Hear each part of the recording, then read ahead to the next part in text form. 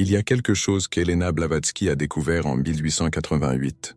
Quelque chose qui peut expliquer pourquoi votre vie semble être une répétition infinie des mêmes erreurs.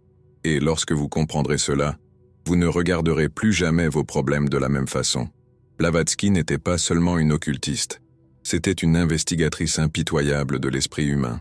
Pendant des années, elle a étudié pourquoi certaines personnes réussissaient à transformer complètement leur vie, tandis que d'autres restaient prisonnières des mêmes cycles, décennie après décennie. Et ce qu'elle a découvert a changé non seulement sa propre vie, mais aussi notre compréhension de la manière dont la réalité fonctionne réellement. Avez-vous déjà remarqué? Les visages changent, les situations semblent différentes, mais au fond, c'est toujours la même histoire qui se répète, le même type de relation toxique, la même sensation d'être piégé, les mêmes peurs qui vous paralysent. C'est comme si vous étiez un acteur coincé dans le même rôle, jouant la même pièce, nuit après nuit, sans jamais pouvoir quitter la scène. Et le plus étrange, même lorsque vous jurez que cette fois-ci sera différente, même lorsque vous essayez consciemment de faire des choix opposés, d'une manière ou d'une autre, vous vous retrouvez toujours au même endroit. Blavatsky appelait cela la roue du souffrant auto-infligé. Et elle savait quelque chose que la psychologie moderne commence seulement à comprendre. Mais avant de vous révéler son secret, je dois vous parler du jour où tout a changé pour moi. J'étais assise dans ma chambre, confrontée une fois de plus aux mêmes problèmes qui me hantaient depuis des années, me sentant à nouveau comme une marionnette aux mains du destin. C'est alors que je suis tombé sur un passage obscur de La doctrine secrète. Blavatsky écrivait « L'homme devient ce à quoi il pense constamment, non seulement dans cette vie, mais à travers des vies successives de pensées. » D'abord, j'ai pensé que c'était un autre cliché spirituel. Mais ensuite, elle a poursuivi avec quelque chose qui m'a glacé le sang. L'esprit subconscient est comme un sculpteur invisible, modelant constamment l'argile de l'expérience à travers les moules de l'habitude mentale. Comprenez-vous ce que cela signifie? Cela signifie qu'il existe une partie de vous, une partie que vous ne connaissez même pas, qui est en train de construire secrètement chaque situation problématique de votre vie, comme un architecte travaillant dans l'ombre, concevant toujours le même type de maison, utilisant toujours les mêmes plans défectueux. Blavatsky a découvert que nous avons quelque chose qu'elle appelait une pensée-forme dominante. C'est comme une empreinte digitale, émotionnelle que nous portons avec nous, invisible, mais infiniment puissante. Imaginez cela comme un moule invisible à l'intérieur de votre esprit. Chaque pensée, chaque émotion, chaque expérience passe par ce moule avant de se manifester dans votre réalité. Et ce moule a été créé par toutes les expériences qui vous ont fait croire en des limitations concernant vous-même. Le problème, c'est que ce moule est inconscient. Vous ne savez pas qu'il existe. Donc, vous pensez faire des choix libres. Mais en réalité, tous vos choix sont déjà filtrés par ce modèle caché. C'est comme si vous portiez des lunettes teintées depuis si longtemps que vous avez oublié que vous les portiez. Tout ce que vous voyez semble naturel, mais en réalité, c'est teinté par cette lentille que vous ne percevez pas. Et voici la partie qui va vous choquer. Cette pensée-forme ne concerne pas seulement ce à quoi vous pensez. Il s'agit de ce que vous croyez secrètement mériter. Et pire encore, il s'agit de ce que vous craignez inconsciemment de perdre si votre vie s'améliore trop. Réfléchissez avec moi. Combien de fois vous êtes-vous surpris à dire « je ne mérite pas ça » lorsqu'il se produit quelque chose de bien? Combien de fois vous sabotez-vous juste au moment où les choses s'améliorent? Blavatsky savait qu'il existe une voix intérieure, presque inaudible, qui murmure constamment « Vous n'êtes pas digne de plus que ça ». Elle a découvert que cette voix ne vient pas de vous. Elle vient de quelque chose de beaucoup plus profond, quelque chose qu'elle appelait le registre akashique personnel, les impressions émotionnelles de toutes les expériences qui vous ont fait croire que vous êtes trop petit, trop indigne, trop faible. C'est comme si vous portiez une bibliothèque invisible de souvenirs qui prouvent, un par un, que vous ne méritez pas une vie meilleure. Et le plus terrible, vous passez toute votre vie à chercher des preuves qui confirment cette croyance. Inconsciemment, vous choisissez des personnes qui vont vous décevoir. Inconsciemment, vous prenez des décisions qui vont vous conduire à l'échec. Inconsciemment, vous construisez une réalité qui prouve que votre voix intérieure avait raison. Blavatsky appelait cela le magnétisme karmique inversé. Mais voici ce qu'elle a découvert de plus perturbant. Vous ne faites pas cela parce que vous êtes masochiste ou parce que vous aimez souffrir.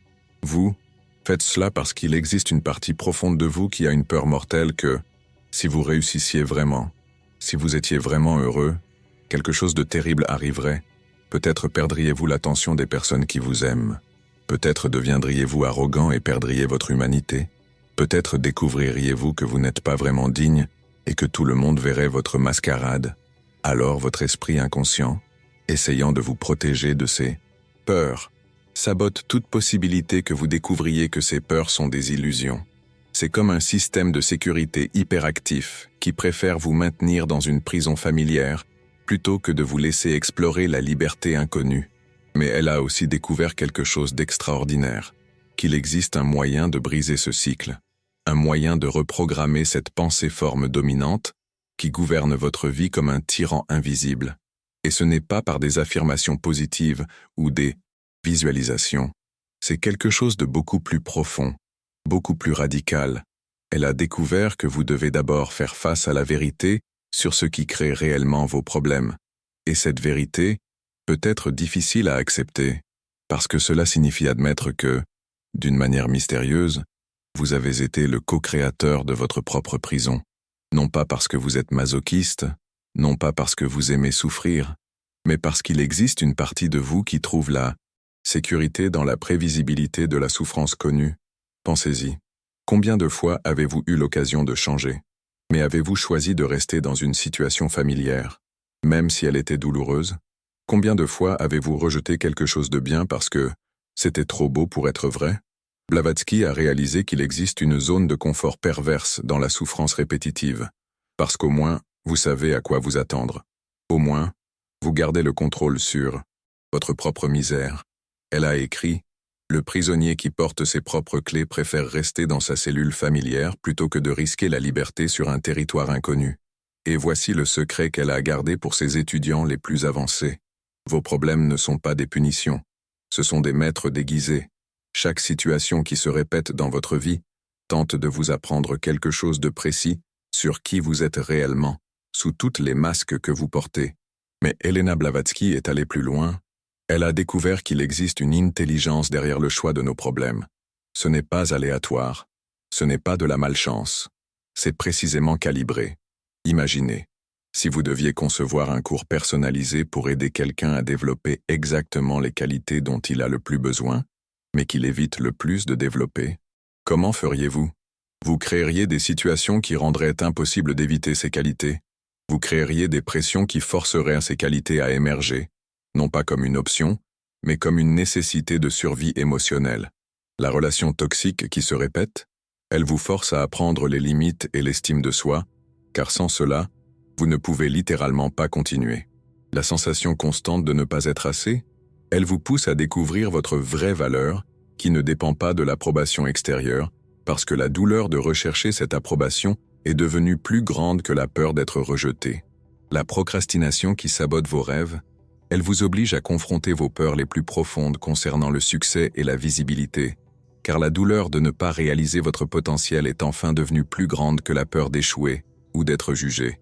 Elena Blavatsky savait que chaque problème est en réalité une porte déguisée, et la clé pour ouvrir cette porte n'est pas de résoudre le problème, c'est de comprendre pourquoi vous continuez à l'attirer. Mais il y a quelque chose de plus profond encore. Elle a découvert que vous n'attirez pas seulement les problèmes que vous méritez, vous attirez les problèmes dont vous avez besoin pour évoluer vers la prochaine version de vous-même. C'est comme si votre âme avait un plan secret de croissance et utilisait les problèmes comme outil de sculpture, retirant tout ce qui n'est pas essentiel jusqu'à révéler qui vous êtes vraiment. Le problème, c'est que votre esprit conscient lutte contre ce processus. Il veut résoudre, s'échapper, éviter. Mais votre âme veut traverser, intégrer, transcender. Et tant que vous luttez contre le problème au lieu de le traverser, il continuera à revenir déguisé sous différentes formes, mais portant toujours la même leçon non apprise. Elena Blavatsky appelait cela l'écho karmique, et elle a développé une méthode spécifique pour briser cet écho une fois pour toutes. Mais avant de vous révéler cette méthode, vous devez être prêt pour une vérité qui pourrait changer complètement votre perspective sur qui vous pensez être. Parce que ce que vous êtes sur le point de découvrir sur votre propre nature peut être perturbant au début, mais aussi libérateur d'une manière que vous n'auriez jamais imaginée. Êtes-vous prêt à découvrir ce qu'Elena Blavatsky savait vraiment sur le pouvoir caché de l'esprit humain? Arrêtez-vous un instant. Respirez profondément. Sentez l'air entrer dans vos poumons, car ce que je vais vous révéler maintenant contredira tout ce qu'on vous a appris sur le changement personnel. Elena Blavatsky a découvert que vous n'êtes pas une personne essayant de se débarrasser de problèmes. Vous êtes une conscience multidimensionnelle, utilisant les problèmes comme outil d'autoconnaissance. Et la différence entre ces deux perspectives, c'est la différence entre être victime et être créateur. Sa méthode était radicale dans sa simplicité. Elle l'appelait l'inversion de la perspective karmique. Et cela fonctionnait en 3 étapes, qui défient tout ce que vous pensez savoir sur la résolution de problèmes. Première étape, arrêtez d'essayer de résoudre le problème. Au lieu de cela, demandez « Qu'est-ce que ce problème tente de m'apprendre sur moi-même » Mais attention, il ne s'agit pas seulement de poser la question et d'attendre une réponse magique. Elena Blavatsky a découvert que vous devez entrer dans un état spécifique de réceptivité. Elle appelait cela le silence actif de l'esprit. Cela fonctionne ainsi. Lorsque le problème réapparaît, au lieu d'entrer en mode automatique de combat ou de fuite, vous vous arrêtez. Vous arrêtez littéralement ce que vous êtes en train de faire. Vous respirez 3 fois profondément. Et puis vous formulez la question non pas comme une supplication désespérée, mais comme une enquête curieuse. Comme si vous étiez un détective examinant une piste fascinante, pas une victime implorant le salut. Je sais, votre esprit proteste maintenant. Mais je dois résoudre. Je dois changer la situation. Calme. Écoutez jusqu'au bout.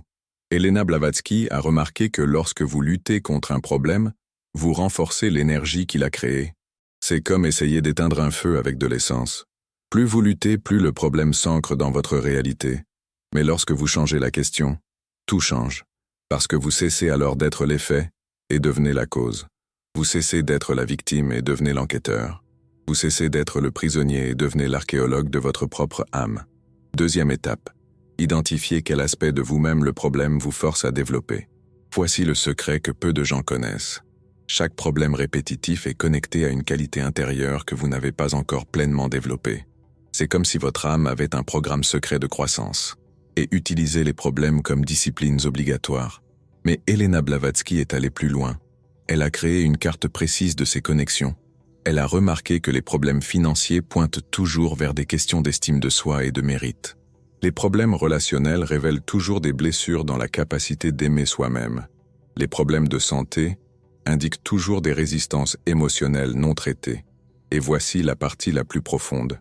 Le problème apparaît toujours dans le domaine de la vie, où vous avez le plus besoin de grandir, mais aussi là où vous résistez le plus à la croissance. C'est comme si votre âme était un général stratégique, choisissant exactement le champ de bataille, où vous serez forcé de développer la force dont vous avez le plus besoin, mais que vous évitez le plus de développer. La relation qui draine votre énergie, elle vous force à apprendre des limites saines et l'amour-propre, justement parce que c'est le domaine où vous vous perdez le plus. La sensation constante d'inadéquation, elle vous pousse à découvrir votre authenticité, indépendamment de l'opinion des autres, car c'est exactement la blessure qui a le plus besoin de guérison. La difficulté financière récurrente, elle vous met au défi de reconnaître votre vraie valeur et votre mérite, car c'est la croyance limitante qui gouverne le plus votre vie. Elena Blavatsky savait que chaque problème est en réalité une qualité à l'état embryonnaire. Attendant de naître sous la pression de l'expérience, troisième étape. Au lieu de résister au problème, collaborez consciemment avec ce qu'il essaie de développer en vous. Et c'est là que la magie opère. Lorsque vous cessez de lutter contre le problème et commencez à travailler avec la leçon qu'il apporte, quelque chose d'extraordinaire se produit.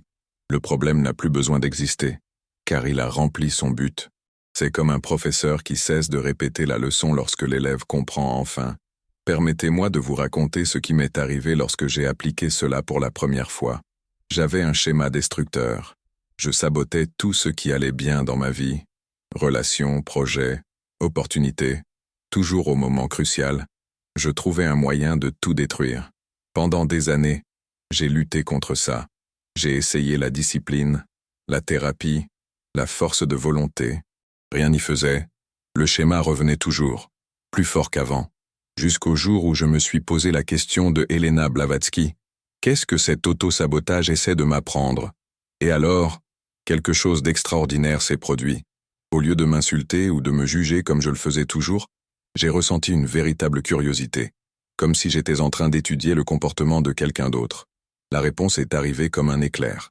Elle me forçait à développer de la compassion pour moi-même, car chaque fois que je me sabotais, c'est parce qu'une partie de moi croyait que je ne méritais pas le succès, et cette partie avait besoin de guérison, pas de combat.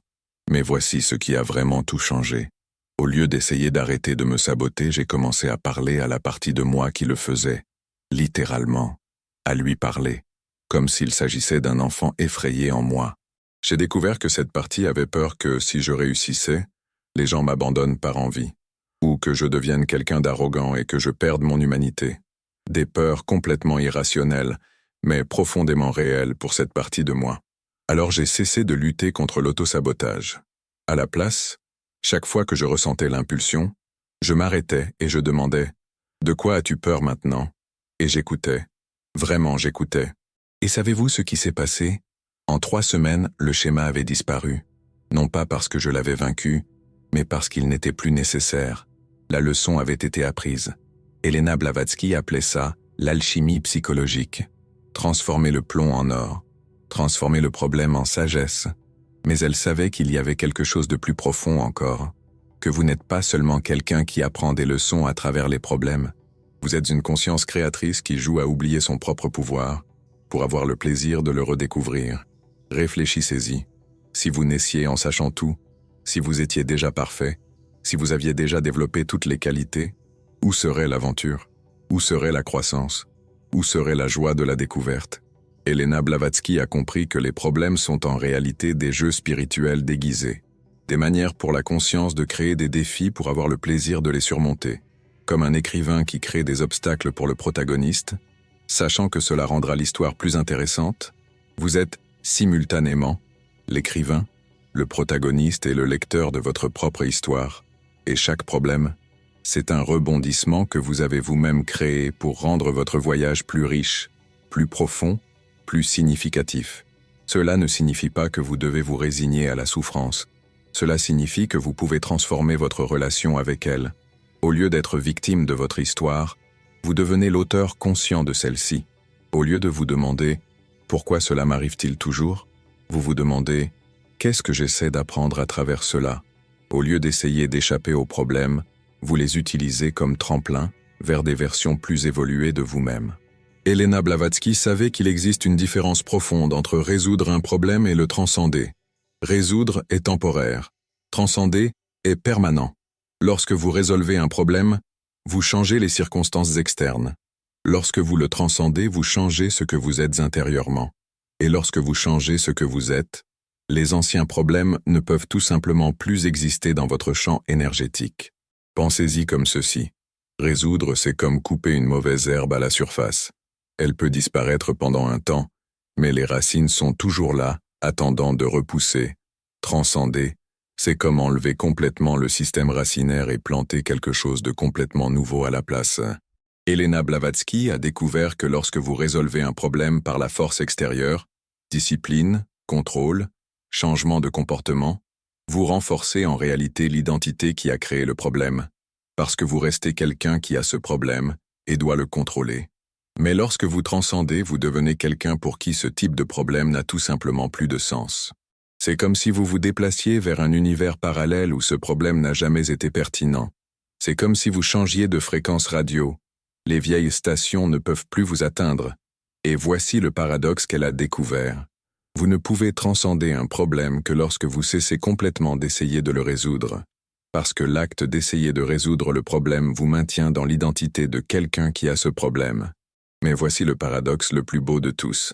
Lorsque vous comprenez enfin que vos problèmes sont des maîtres déguisés, lorsque vous cessez de résister et commencez à collaborer, lorsque vous cessez d'être victime et devenez co-créateur, les problèmes commencent à se transformer en cadeaux, parce que vous réalisez que chaque défi que vous avez surmonté était, en réalité, une invitation à découvrir une force que vous ne saviez pas avoir. Chaque déception était une redirection vers quelque chose de meilleur. Chaque moment d'obscurité était une occasion de trouver votre propre lumière.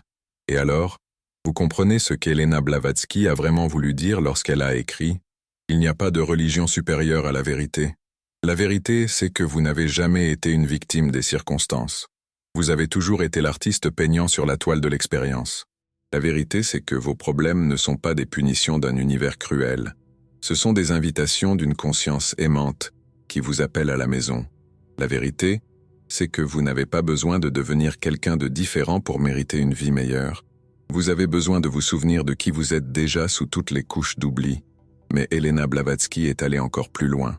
Elle a découvert ce qu'elle appelait le moi supérieur, une version élargie de vous-même qui a déjà transcendé tous les problèmes que vous considérez comme impossibles, et que ce moi supérieur n'est pas un fantasme ou un objectif futur. C'est qui vous êtes vraiment maintenant, sous toutes les identifications limitées. Elle a réalisé que vos problèmes sont en réalité des messages de ce moi supérieur, essayant de vous rappeler des capacités que vous aviez oubliées. Chaque défi est une invitation à accéder à une force, une sagesse, une qualité qui existe déjà en vous, mais qui ne peut émerger que sous la pression de l'expérience. C'est comme si vous étiez un diamant qui avait oublié sa propre préciosité, et que les problèmes étaient la pression nécessaire pour enlever tout ce qui n'est pas essentiel, révélant l'éclat qui a toujours été là. Et lorsque vous vous souvenez enfin, lorsque vous vous regardez dans le miroir et que vous reconnaissez non seulement le Créateur derrière les yeux, mais la conscience créatrice de l'univers qui regarde à travers vous, lorsque vous réalisez que vous avez toujours possédé les clés de la prison que vous avez vous-même construite, une prison érigée uniquement pour savourer la joie de découvrir ces clés, alors les problèmes cessent d'être des problèmes. Ils deviennent simplement des expériences d'une conscience infinie jouant à être humaine, apprenant, grandissant, s'épanouissant, dans cette danse éternelle entre oubli et souvenir. Mais voici ce qu'Elena Blavatsky a compris. Mieux que beaucoup, cette transformation n'est pas seulement philosophique, elle est pratique, elle est viscérale. C'est un changement littéral dans la chimie de votre cerveau, dans la vibration de vos cellules, dans la fréquence de votre champ énergétique. Lorsque vous intégrez réellement cette vérité, non seulement intellectuellement, mais dans chaque fibre de votre être, quelque chose change dans la façon dont l'univers vous répond. C'est comme si vous aviez émis un nouveau signal vers la réalité, et que la réalité commençait à vous envoyer des expériences correspondant à ce nouveau signal. Les anciens problèmes ne parviennent plus à s'accrocher à vous. Les situations toxiques se dissolvent naturellement. Les personnes qui drainent votre énergie sortent de votre orbite sans drame. Des opportunités qui semblaient impossibles auparavant commencent à apparaître. Ce n'est pas de la magie, c'est de la physique quantique appliquée à la conscience. Peut-être, vos problèmes n'ont jamais été le vrai problème. Peut-être, la seule chose qui avait besoin de changer était la façon dont vous les perceviez. Et peut-être, juste maintenant, en ce moment, vous vous souvenez de quelque chose que vous avez toujours su, mais que vous aviez oublié, que vous n'êtes pas petit, vous n'êtes pas impuissant, vous n'êtes pas une victime. Vous êtes la conscience créatrice de l'univers, s'expérimentant elle-même à travers la forme humaine que vous appelez moi, et tout ce qui s'est passé dans votre vie, c'était vous, jouant à vous retrouver. Le jeu le plus profond, le plus beau, le plus transformateur qu'une conscience puisse se jouer à elle-même, faire semblant d'être perdue, juste pour avoir la joie infinie de se redécouvrir.